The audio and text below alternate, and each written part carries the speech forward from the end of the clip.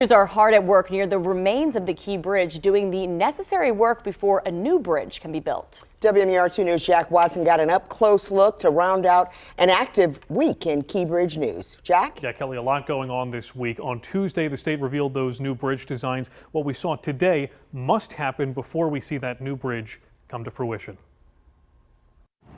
On Fort Armistead Road in Hawkins Point, a memorial for 6 fallen construction workers still stands. A sobering reminder of what was lost when a cargo ship took down the Key Bridge nearly a year ago. Further down that road on Friday, initial steps toward building a new bridge. Crews move forward with pre-construction work. And Chief Engineer Jim Harkness says what they're collecting is critical. As you can imagine, the information that is related to the soils is of the utmost importance when you're building a bridge, especially a bridge of this magnitude. We need to know the subsurface conditions so that we can adequately design the foundations that support the new bridge. The pre-construction work began in January. Barges here gather soil samples from the riverbed, and a lab takes that information for the new bridge foundations. They're going to take and gather information at each of the locations where we think our new piers will be.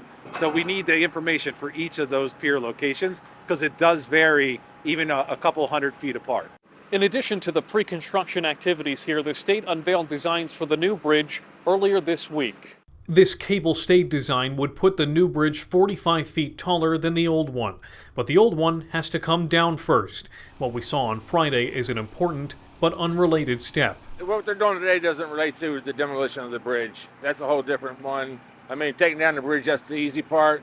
Putting up the new ones, that's the harder part. That's why we got to collect this data for the foundations. Well, those bridge remains are on track to start coming down in the spring, with the full bridge construction still expected to finish by 2028, Kelly. So I know both of you have been out there, Jack most recently. What was it like to be out there in person? Yeah, I mean, just being out there, Elizabeth, you've been out there a ton. You can back me up on this. It is still just surreal to see the remains of the bridge alone. As for today, we were on the banks of the Patapsco. They're about as close as you can get to the water. It gave me an appreciation personally for not only civil engineering in general, but what the folks out there are doing. They're working in the wind, in the cold this winter. It really just highlights how much work they've done and are going to continue to do in the years ahead. Yeah, we've learned a lot more about engineering than I think any of us ever planned. That you ever thought you would learn. All right, Jack, thanks a lot for that report.